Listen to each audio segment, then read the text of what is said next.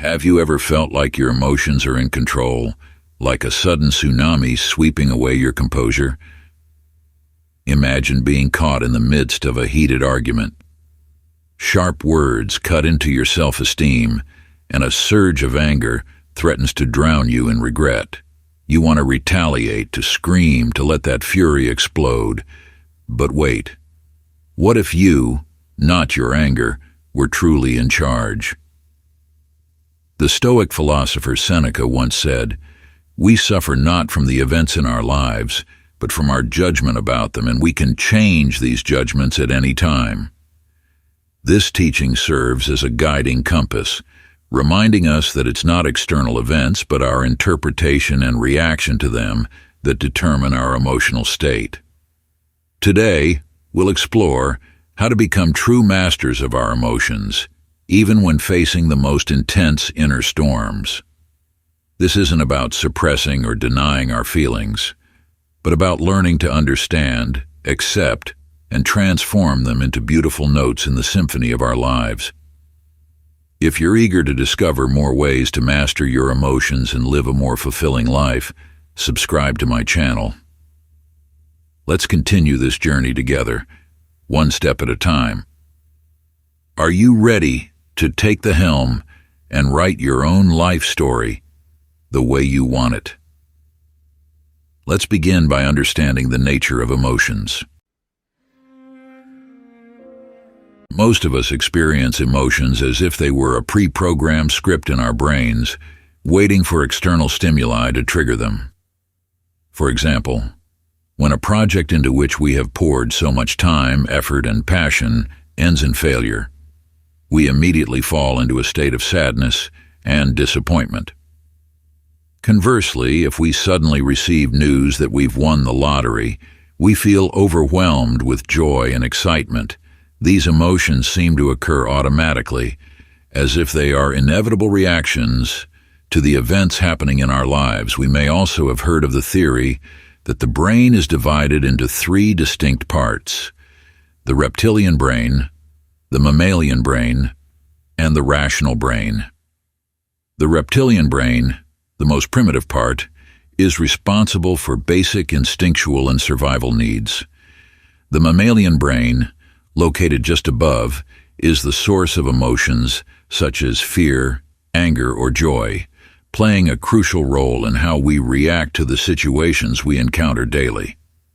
The final part, the rational brain, is considered the outermost and most advanced layer, tasked with controlling and regulating the older parts of the brain, allowing us to behave in a logical, conscious, and civilized manner. According to this perspective, we humans become civilized beings through our ability to control and manage the strong instinctual and emotional reactions within us. But does this mean that we are merely entities controlled by different parts of our brain, constantly struggling between reason and emotion? Or is there another approach, a deeper understanding, that allows us not only to control, but also to harmonize these three parts to create a complete and integrated self? According to Stoic philosophy, human beings are not passively controlled by their emotions and different parts of the brain. Rather, we have a much greater capacity to control and shape our emotions. Stoicism does not view emotions as unavoidable reactions that we must fight against. Instead, it sees emotions as the result of our thoughts and how we perceive the world around us. Emotions do not simply arise because of an event, but because of the way we choose to interpret and respond to that event. Marcus Aurelius, one of the most famous Stoic philosophers, once said, "We are not disturbed by what happens to us, but by our thoughts about what happens." In line with this thought, when we face a difficult situation, instead of letting sadness or anger take control, we can pause and ask ourselves, why do I feel this way? Can I look at this differently? The key lies in changing the way we assess and perceive the issue. Rather than seeing failure as something to be saddened by, we can view it as an opportunity to learn, a valuable lesson from which to draw experience for the future. Stoicism also emphasizes the distinction between what we can control and what is beyond our control. Negative emotions often arise when we try to change or control things that are beyond our ability to influence, such as the actions of others, the weather, or the outcome of an event in which we have done our best. Instead, Stoics advise us to focus on what we can control: our thoughts, attitudes, and reactions.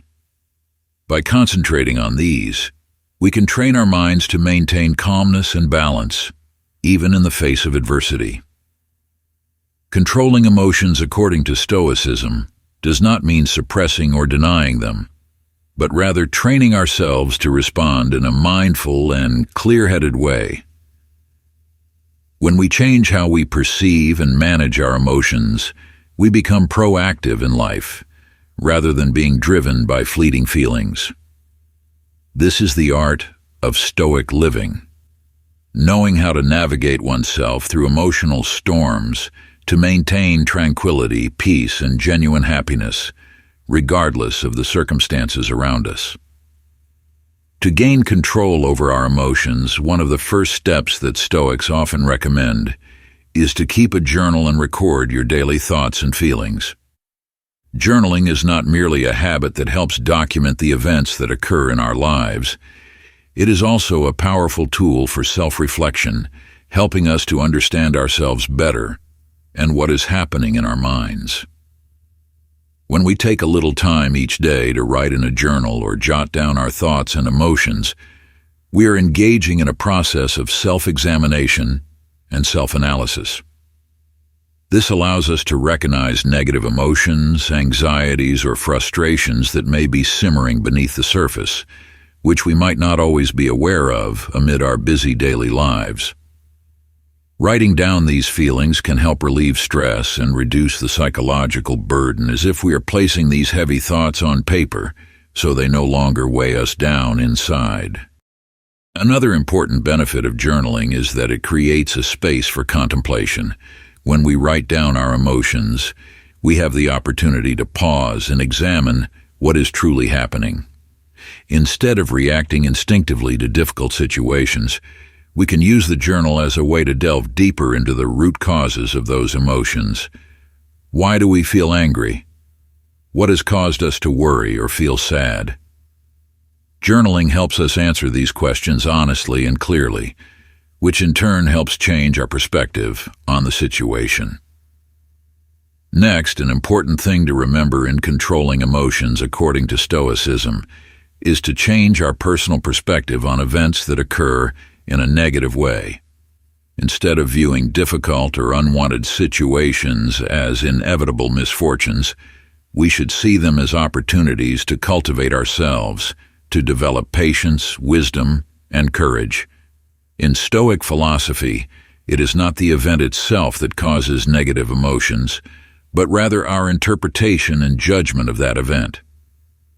If we can change our perspective and view events from a different, more positive standpoint, we can alleviate negative emotions and find peace of mind.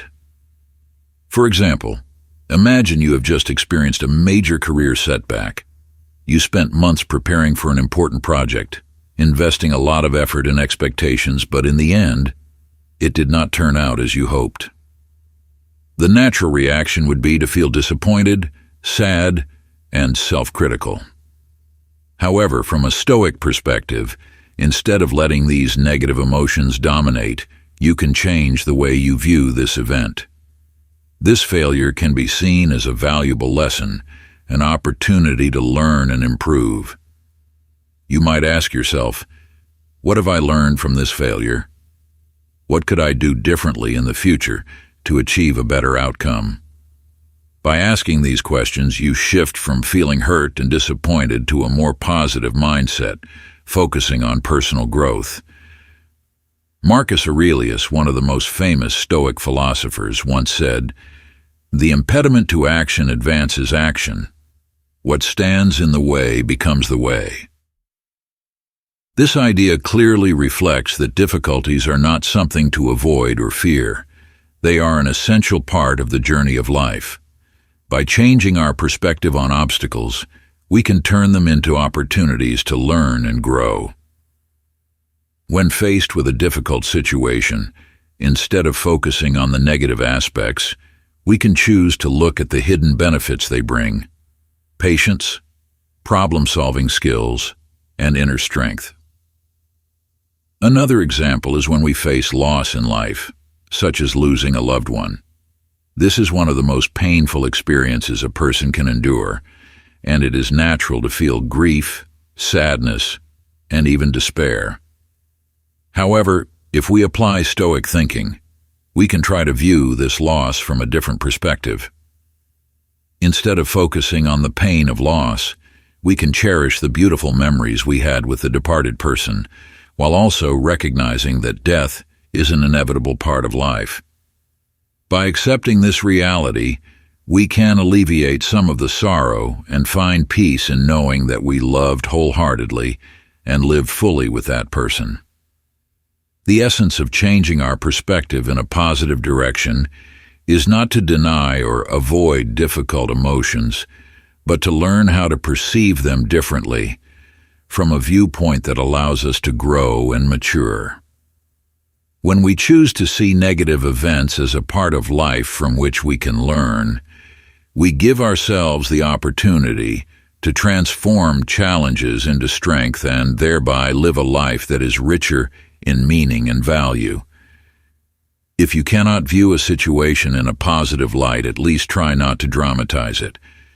Instead, practice approaching every event objectively, without adding personal bias. This means, rather than exaggerating difficulties or obstacles, we should approach them as a neutral observer, not allowing subjective emotions like fear, anxiety, or anger to dictate our response. Viewing situations objectively helps us maintain calmness, clarity, and make more rational decisions. For example, imagine you suddenly lose your job. The initial reaction might be panic and pessimism. You fear financial instability, blame yourself, or even feel that the future looks bleak. However, if you try to look at the situation objectively, you will realize that this event is merely a change in your career, not a personal failure or a sign of a dark future. You can see it as an opportunity to reassess your career path, evaluate your direction, and search for new opportunities that better align with your skills and passions. Instead of self-blame or wallowing in negative thoughts, you will remain composed and prepare for the next steps. Another example is when you go through a breakup. Typically, it's easy to fall into dramatizing the situation, feeling that life has lost all meaning, thinking you'll never find someone else who loves you the same way, or blaming yourself for not maintaining the relationship. However, if we approach the situation from a more objective perspective, we recognize that the end of a relationship is not the end of personal happiness. It may simply be a phase in life, an experience from which we can learn and grow. You might realize that although the relationship has ended, there are still many valuable aspects in your life: family, friends, personal interests, and new opportunities waiting for you. Avoiding dramatization helps us maintain balance in life. It allows us to accept what cannot be changed and focus on what we can control. Instead of letting negative emotions take over, we can train ourselves to view things more clearly and realistically. This does not mean denying our emotions, but rather learning to face them with a level-headed approach and not letting them dictate our actions. In conclusion, if you cannot find something positive in a situation, at least maintain a neutral and objective attitude. Remember that events themselves do not have inherent meaning. It is our reactions and interpretations that make the difference. By keeping a calm mind and not getting swept away by negative emotions, we can make wiser decisions and maintain inner peace, regardless of the circumstances we face. Realizing that everything is impermanent, from the events that happen to us to the emotions we experience, is an important lesson in life. Impermanence, as taught in Buddhism and many other philosophies, means that nothing lasts forever. Everything is constantly changing and in flux. This concept applies to all things, from the everyday events in our lives to the emotions, thoughts, and states of mind we go through. Consider a situation where you have experienced a painful event, perhaps the loss of a loved one, the end of a relationship, or even a failure at work. When the event happens, the pain and sense of loss can be overwhelming, making you feel as if your world is collapsing. But over time, you realize that the intensity of those painful emotions is not the same as it was initially. They gradually fade, giving way to other emotions, perhaps peace, acceptance, or even new joys. This is an example of impermanence. Even the deepest sorrows cannot last forever. They transform, evolve, and eventually make room for something else. Another example is joy and happiness. When we achieve something we have long desired, such as buying our dream house, landing our desired job, or reaching an important milestone, we feel immensely happy. But over time, that feeling also begins to fade. The new becomes familiar, and we start looking for new goals, new things to conquer. The initial joy, no matter how great, cannot forever maintain the excitement of the beginning. This is also a demonstration of the impermanence of emotions. Recognizing this impermanence can help us live more lightly. When we understand that nothing lasts forever, neither suffering nor happiness, we can learn to appreciate the present moment more. We become less attached to past sorrows or expect too much from the future. We understand that everything is temporary, and what matters is how we face and experience them. For example, a person might be feeling anxious or fearful about an upcoming event. But if they understand that this feeling is also temporary, they can choose not to let it overwhelm them. Instead, they can find ways to live with it, accept it, and even transform it into motivation to better prepare for that event. Life is a continuous series of changes, and nothing is permanent. Understanding this helps us cultivate a calm mindset, accepting whatever comes our way with greater ease. Whether it is joy or sorrow, we know that everything is a part of the journey, and in that impermanence, we can find true peace. Observing emotions without judgment is an essential skill that helps us gain a deeper understanding of ourselves and find inner peace.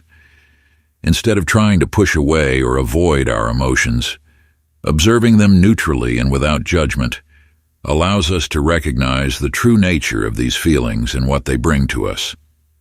This not only helps us manage our emotions better, but also cultivates a mindful, balanced, and more accepting attitude towards life. For example, when you feel angry after an argument with a colleague, the initial reaction is often to blame the other person or even yourself. However, if you pause and observe your emotions without judgment, you may realize that this anger can stem from various reasons, maybe due to work pressure, unmet expectations, or even negative emotions that have accumulated over time. By observing the anger without rushing to blame or fix it, you allow yourself to truly understand and accept that emotion. Or, imagine you are feeling anxious before an important event, like a presentation in front of a large audience. Instead of trying to deny or criticize yourself for feeling anxious, you can try to observe it objectively. Ask yourself, where do I feel this anxiety in my body?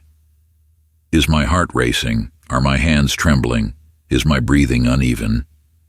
Instead of judging the emotion as bad or good, you simply acknowledge its presence. By doing so, you may realize that anxiety is a natural part of preparing for something important. In fact, it might be a sign of caution and thorough preparation.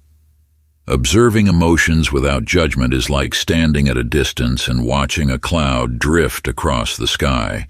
You don't try to change the cloud's direction, nor do you judge whether it is beautiful or ugly. You simply recognize that it is there and that it will eventually pass. In this way, you allow yourself to understand more clearly the emotions you are experiencing without getting caught up in them. Practicing non-judgmental observation of emotions helps us develop compassion and acceptance for ourselves. It allows us to embrace the imperfect parts of ourselves without the pressure to always be strong or right. We understand that all emotions, whether positive or negative, are natural parts of being human, and are messages from the mind and body that we need to listen to. Ultimately, observing emotions without judgment is a way to connect more deeply with ourselves and live a more peaceful and fulfilling life. It is learning to accept ourselves with everything we have, whether it is joy or sadness, and it is the way to find true peace within our souls. Focusing on the present moment, also known as living in the now, is a philosophy that helps us find peace and happiness in the simple things around us. When we are truly present in each moment of life, we can deeply feel ourselves and the world around us without being dominated by worries about the past or anxieties about the future. For example, imagine you are taking a walk in a park early in the morning.